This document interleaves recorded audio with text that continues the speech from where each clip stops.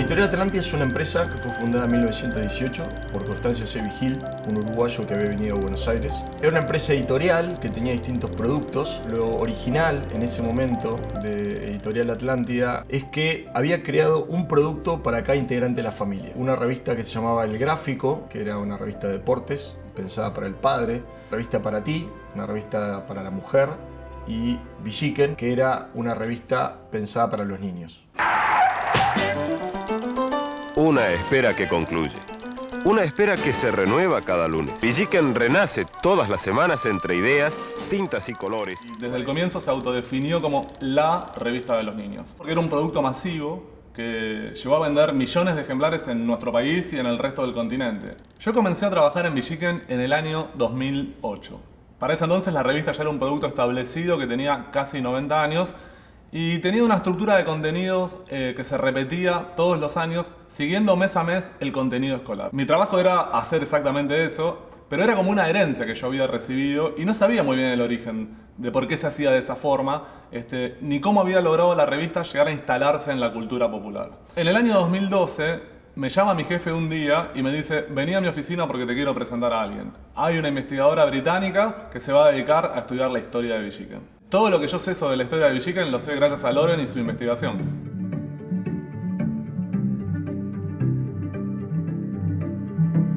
I started researching Billiken because of my interest in Argentine popular culture and nation building. I'd done my PhD on Argentine serialized radio drama, La Radionovela, and I've been researching the radio archives with that. And these were paper archives. They weren't sound archives, it was too early for recordings. So I've been looking at the folletines, the pamphlet-like publications that were sold in news kiosks. And so from there I developed this interest in print culture and magazines. And Billiken is such an important magazine in Argentina. So the first time I visited the archives was 2012. This has been a very long project. I knew it was an important magazine, that people had talked to me about it, how they'd grown up with it. I knew that this was going to be a really special archive. What I didn't realise was that for the next 10 years I was going to be immersed in trying to tell the story of this extraordinary magazine.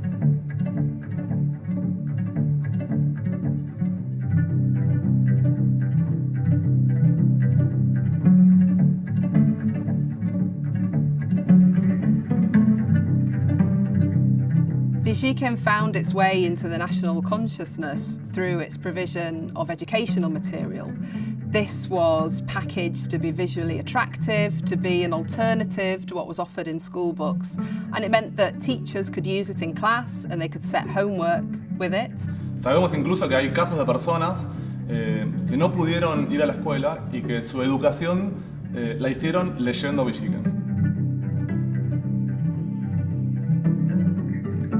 There were lots of challenges in completing this research project. One of the main ones was the sheer size of this archive that you can see here. It's about 500 leather-bound volumes of this magazine. There's a total of 5,144 issues that were published over 100 years. My original plan was to just look at the literature within the archive as a way of dealing with the vastness of the material. But in the end, I've ended up researching the entirety of Billiken.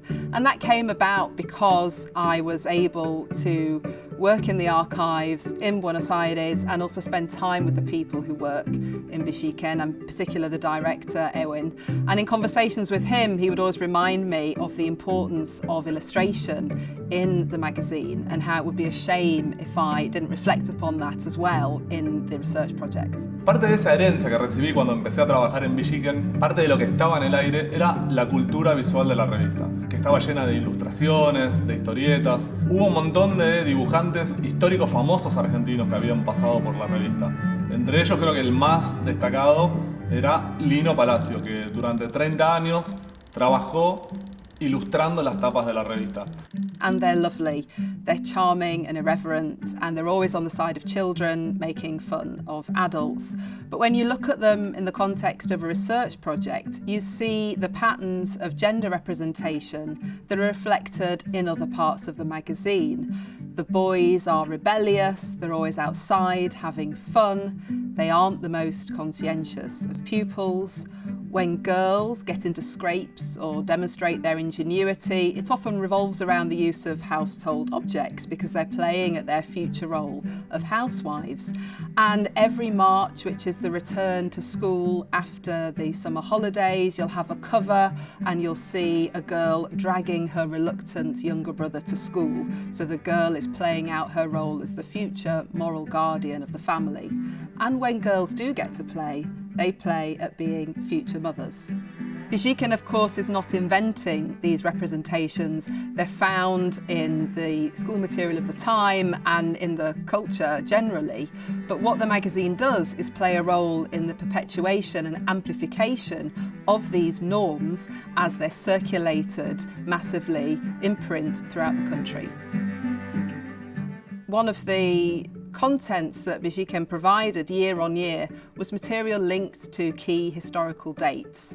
So in the run-up to the 9th of July, for example, the Day of Independence, Billiken would publish all sorts of material about that historical date, contextualizing it, packaging it, interestingly, in comic format, for example.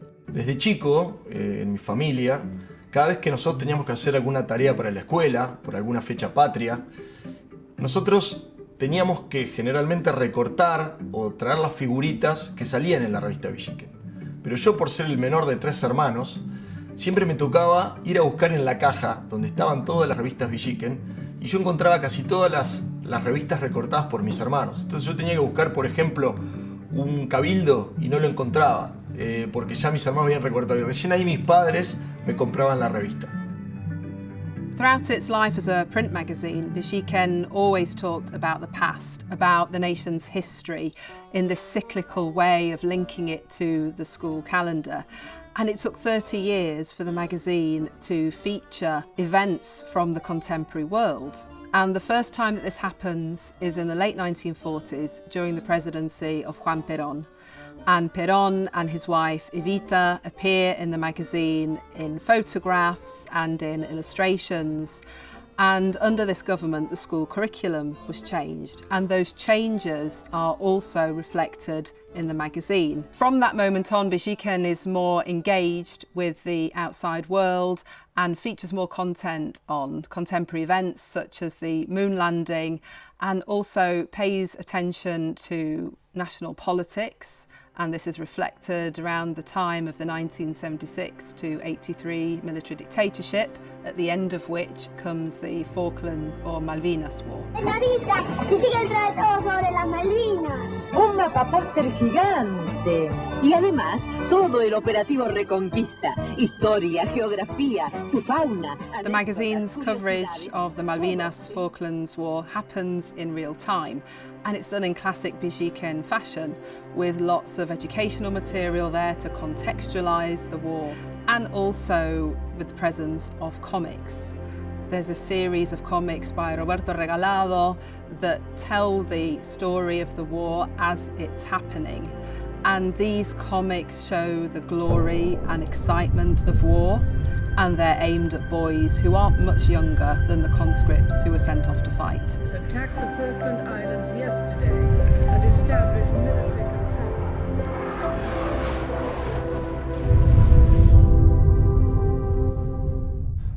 En el año 2019 se cumplió el centenario de Billiken y fue la primera revista infantil del mundo en llegar a los 100 años de vida.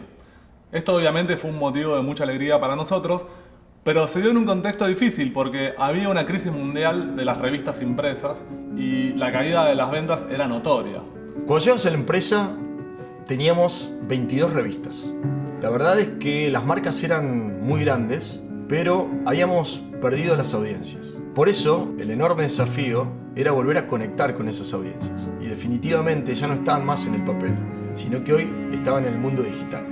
Billiken particularmente tenía un doble desafío, porque teníamos que mantener esa esencia que le había hecho tan grande. This complex time for Billiken also coincided with the run-up to the centenary. So that was the moment at which Billiken could really reflect upon how far it had come and also what it wanted to be in the future. En esa búsqueda de diseñar el futuro de nuestra marca, nos fue de gran utilidad la investigación de Lauren, porque nos permitió entender cuál era la esencia de Billiken, cuál era el ADN de nuestro producto, y saber qué cosas teníamos que mantener y qué cosas teníamos que cambiar en este cambio de época que venía, en este cambio de plataforma. And it was clear that Billiken had to evolve, not just beyond print and onto new platforms, but also to reflect upon the content and to create new narratives that were potentially more inclusive than they had been in the past.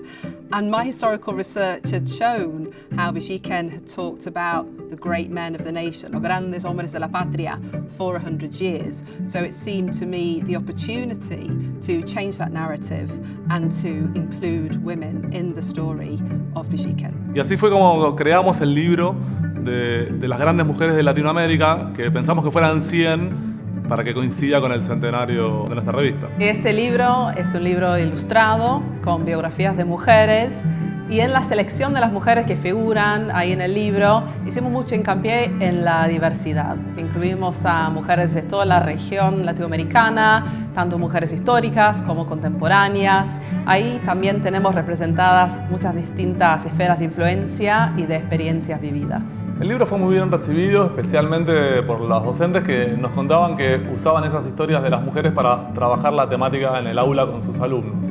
Y a partir de esos comentarios nos dimos cuenta que había una necesidad en los docentes de tener material que tratara estos temas. Y además que fueran de acceso libre y gratuito.